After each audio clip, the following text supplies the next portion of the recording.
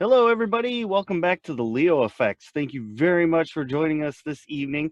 Tonight, I'm joined by a special guest. I'm excited to talk to him. He's got a lot of cool stuff going on, especially with his band, which I know some things about, but he's going to shed some light on that, and hopefully, you all will go check this out. But my guest for this evening is Mr. John Stewart. How are you?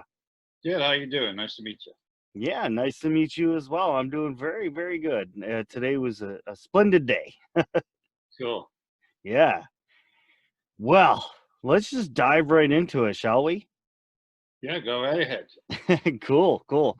So, one of the more interesting points that brings you to the show is you have a band called Juliana. Is that right? Yes. All right, cool. So, what is that all about?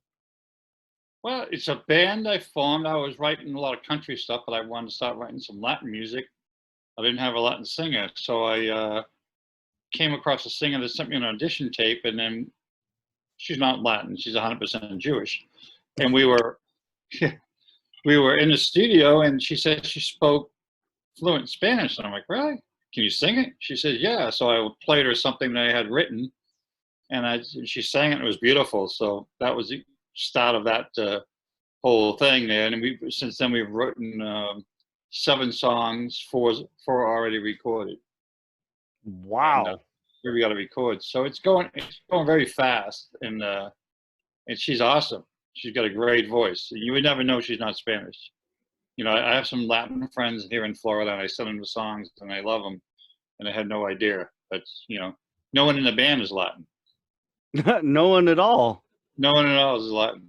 Oh, wow.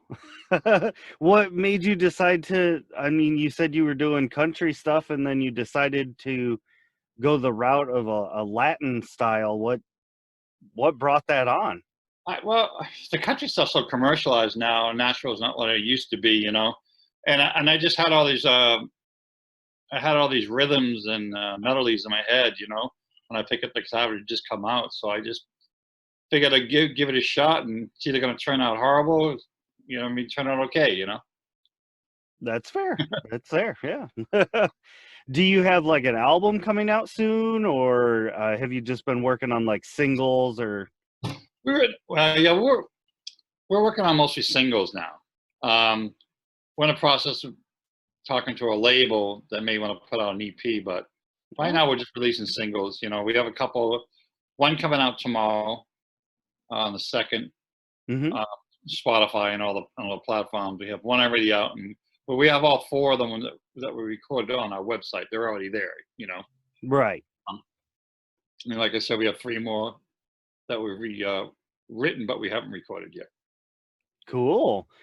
Is that something that's going to be happening like pretty soon, or is that like way down the road after we're all out of lockdown and quarantine, or? What are we talking about? The recording? Yeah. Oh, we've already recorded 4. I just haven't gotten a chance to get in the studio. I had some dental surgery last week, so I'll take a week or 2 off in the studio to heal up. Okay. Uh, so as soon as maybe next week, we'll start laying them down, the new ones. Cool. Cool. Do you have any kind of inspiration that you all draw from when you're recording or when you're writing the music? I don't. When I write the music and arrange the music and come up with some of the melodies, Madeline writes all the lyrics, obviously, because I don't even speak Spanish. Okay. She works on the melodies with me. She has inspiration. I mean, her lyrics are not, they're soulful, they're meaning, they're not popcorn, bubblegum stuff. Mm-hmm. It's pop music. The lyrics are not pop for sure. Me, I just pick up the guitar whenever it comes out. And so I don't really have any inspiration other than what's obviously inside of me already. Yeah. Yeah. That makes sense. I'm And not it's thinking anything. It just comes out, and then she'll take it from there. I'll send a recording of the arrangement to her, and then she'll come up with the lyrics. And then gotcha. when we rehearse on Saturday, she'll bring up what she has. And you rehearse every Saturday or just when Try everybody to, can? yeah, we try to every Saturday. If we're Okay. gonna get ready to do a show and things up and up, we'll bump up the rehearsals to couple times a week. But for now, it's just Saturday because we're just, like I say, writing and recording. So there's nothing open yet to go play. So it's Yeah. Soon, hopefully. What was it that made you want to get into music in the first place? I was always playing guitar since I was 10 years old. So Oh, I wow. can't sing at all. I'm horrible. So, but I always played. Always put songs together, chords together, progressions, and I had when I was doing my movie career, I didn't have time to have a band. I was never in a band or anything like that. But I got a chance to write a song for a movie once, and that was kind of the start of it. I met a singer, um, Kristen McNamara, that I wrote some stuff for her, and she was touring with Big and Rich. Make a long story short, so we started opening for them, and then that kind of started the career then. And she went on Yeah. to American Idol, and I kind of put her into the touring because she was doing the TV show. So, but I Oh, just kept on going, and I kept writing a lot of country. I had another band in LA. We did the LA circuit, the Whiskey a Go Go, all those clubs on Sunset with the country music. And then when I moved to Florida, that's when I started writing more Latin stuff, and that's when I met Madeline. and I guess that makes sense being in Florida. That is a pretty heavy influence down there. Right, exactly, yeah. Yeah, that's wild. It's crazy. And you kind of touched on it talking about your movie career. You've had quite the distinction there as well. You have a whole movie made after you. Yeah, yeah, Fall Guy. I did stunts for 40 years, I guess. Wow. Before I started directing, and yeah, a producer friend of mine's dad talked me into writing a script about my life story, blah blah blah. Make a long story short, so I did that, and one of the actors from Power Rangers played me in it, but they used they didn't recreate any of the stunts. We wrote the script around the stunts I've already done in the past, and shot all the lead up scenes with the actors. So when it come time to do the stunt, it was actually the real stunt I did for that movie. They didn't recreate anything. Oh, Which is pretty okay. cool. Okay. So it was really real. All the stuff you see is what you see, what you get. We weren't using CGI in those days or anything like that. So um, that was pretty cool. Yeah. What's the wildest stunt you ever did? I don't know. There's a bunch of them. I had a crazy few years there. I've done I did a 16-story high fall on fire on a Sharon Stone movie called Steel. Uh, Doubling Jonathan Banks, where Sharon shoots me with a grenade launcher, catches me on fire, and I go off the building. That was a pretty good one. There's just been a ton of stuff. I can't really pick just one. Right. Okay.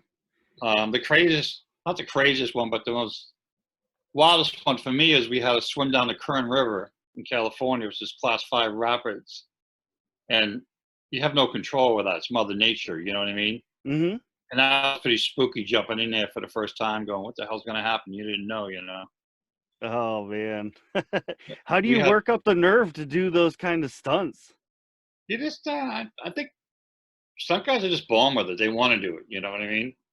We take Okay. precautions and make it as safe as we possibly can. But we're not getting any credit. We're not in front of the camera, so obviously we like to do it. Mhm. The money's good, yeah, but you grow up wanting to do stunts. Um, so not every day, every year working, you're looking at something's going to kill you. You know what I mean? So Yeah. a few times a year, you're looking at something's going to kill you. And there's a lot of days where it's kind of fun stuff. You know what I mean? But those are the ones that get you. You're thinking about. Yeah, I was gonna ask, like, how do you even think to start in a career like that? You just kind of growing up as a kid saying, "Oh, I like to jump my bike off of these ramps," and it just one thing leads to another, and eventually you find yourself in a movie. Well, basically, yeah, I grew up at 10. I wanted to be a stuntman. And back in those days, no one had, the games that they have now. So everybody's out in the street jumping their bikes off Yeah. cinder blocks and all that crazy stuff. So I knew what I wanted to do since I was 10 years old. So I just was teaching myself stuff all throughout the years. And when I was 17, a friend of mine owned a movie theater, and he was having a grand opening. So I did a couple of gags for the grand opening. I lit myself on fire and then jumped through a plate glass window at a theater, and the news came down to cover it, you know. And there was a producer in town that was doing a Matt Dillon picture. This was in Boston, and he seen me on the news, and he got my number from the news. He called me up the next day, asked me if I wanted to come work on the picture with him, and that was my first movie. And so I did a couple of films in Boston before moving to LA, and Oh, so that's how I got started in it. You know, then when I moved to LA, it wasn't very easy. You know, competing with a bunch of guys. It's a lot of family-oriented stunts. You know, a lot of who you know type of thing, and so it's pretty difficult. But you know, it's like anything. If you keep at it, you know, this sooner is or true. later, you'll get what you're looking for. You know, Yeah, just gotta stick to your guns and keep trying. exactly. Right. And you said that you got into directing. Was it like one day you jumped out of a window and hit your head and said, "You know what? I think I want to direct a movie rather than do these stunts." Well, I did even hit my head. I had some concussions, but no, what it was back then was HBO was just coming out. They were doing a ton of movies, and a lot of directors didn't know how to shoot action. You know, and I spent a lot of time figuring out angles and stuff like that, and certain car mounts and stuff like that. So I was pretty good at it. You know, so they would give me the second unit to direct, which in a lot of films I was directing a lot of the movie because it was all action. You know. Ah, okay. Um, and then finally I got hurt, and I was healing, so I was sitting out in front of my house and I was writing a script. My next door neighbor, which I knew but not really well, name is Wolf. He's German, and he'd come over, "Hey John, what are you doing?" You know, because he'd say hi to me every day. "Oh, I'm writing a script." And he goes, "What's it about?" "Oh, it's an action movie." And he goes, "Well, you got it financed yet?" And I'm like, "Oh, not yet. I'm just writing it." You know. He goes, "We finished the script. I'll go get you the money to make the movie." And I'm like, "Yeah, okay. I've heard that before." You know.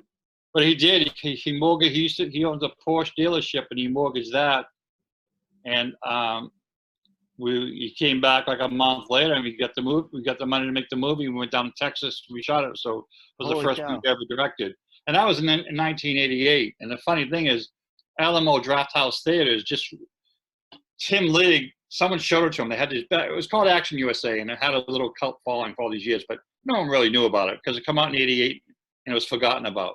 So someone showed it to Tim League. He was the owner of Draft House movie theaters, um, and he loved it. So he called me about 6 months ago. Said, "Hey, we want to take this movie and get it out to the world. We're going to reach a theatrical, redo another video release."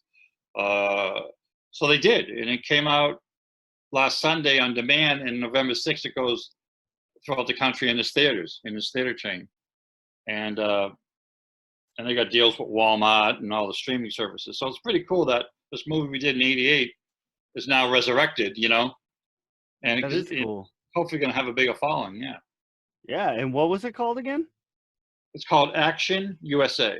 Action USA. I want to make sure anybody that's listening knows exactly what to go search because I know I'm gonna go check it out. Yeah, right now it's like I said, they just put it on demand at the Alamo Drafthouse theaters, and then it will come out actually in the theaters November 6th. Cool. Heck It's yeah. just a fun little. We had everything there: car chases, helicopters, you name it, it's in there. So it's kind of a no-brainer. Sit down, have some popcorn, enjoy. And it was no CGI back in those days, so it's the real stuff. We had some cool actors in it. Gregory Scott Cummings, where he's on Bosch now. Ross Hagen, Holt Howell, some old timers. Cameron Mitchell, Bill Smith. But we just Wow. grew up Texas. So if we made the movie in LA, it wouldn't have turned out like it did. We went to Texas, Waco, Texas, and, with a very small budget and 18 days to shoot it. But when I Oh brought it back, man. Universal screened it. Thought I spent $4 million on it. It was Shit. nowhere near that. Right. Now, had you thought about doing any of the stunts in the movie? Like, are you in the movie yourself? I'm in like a cameo scene where we drive a car through a house and blows up, and I have a line there. But no, I was directing the movie, so I couldn't really do anything. I had to be behind the camera for insurance purposes. But Yeah. but when the camera's moving, the POV shots, I'm doing all that driving. So, but technically, I'm behind the camera, right? So they can't yell at me, you know. Those No, lawyers meddle with everything. yeah, I had to step back and had responsibility in that. So I had a great team of stunt guys working with me though. So Yeah. Do you have any other movies like that you're kind of in the works on right now, or? no, I've been basically I have something. I have a Latin movie that I'm trying to put together with all this music I'm doing, like a coming of an age story, kind of like a Selena. Yeah. Uh, that I'm kind of working on with a producer. I directed Power Rangers too, the TV show, and one of the producers, Ronnie Hadar, I'm still friends with today. So we talked about taking all this music we're doing, which is the most expensive part of doing a music movie is the music. So we have all that. We're talking about doing kind of a coming of age Latin story, but we're just in the very beginning of that. Wow. Yeah, that was another thing that was brought to my attention was that you directed on the Power Rangers, and I was going to ask you, like, with you know having the background of a stuntman and directing as well, like, did that help you with your direction and kind of guiding those actors doing those crazy stunts and things? Well, that definitely helps, especially doing like Action USA when we had 3 weeks to do a huge action movie. I was fast at directing action, so that 100% that helped. Power Rangers, I don't know karate Ah. um, at all. I can take a punch, but I brought in Isaac Florentine was the original choreographer for karate scenes. He's a great guy, a great director also. Now he's directing too. Mhm. And then I brought in Jeff Pruitt, who was a friend of mine, and we started introducing more of the wire gags you've seen on Power Rangers and stuff like that. Um, Jeff's done a lot. Buffy the Vampire Slayer. He did all those things. He's an incredible martial artist. So we had two really good fight choreographers on the movie, Wow. on the show rather. Right, Uh, right. and we'd have a second unit. A lot of times I would do the acting scenes, and then would have the stunt guys in costumes out at Lake Castaic, and Jeff would be doing a lot of just the fight stuff, and I'd be working with the actors on the stage. Okay, that's cool though. I mean, dealing with the actors and helping them get to where they need to be, like, that's a huge part of being a director. Yeah, yeah, and we would incorporate them in the fights too. A lot of the fights because they knew karate too, so a lot of the fights they would do. But when it was in the costumes, it was the stunt people. So that Right. would be two units. Remember, I think I shot 3 episodes at the same time every week. I shot Oh. 3 episodes, so we had a lot to shoot. So we needed a second unit doing the stuff where the putties or they're in costume and the monsters or when the Rangers were in costume.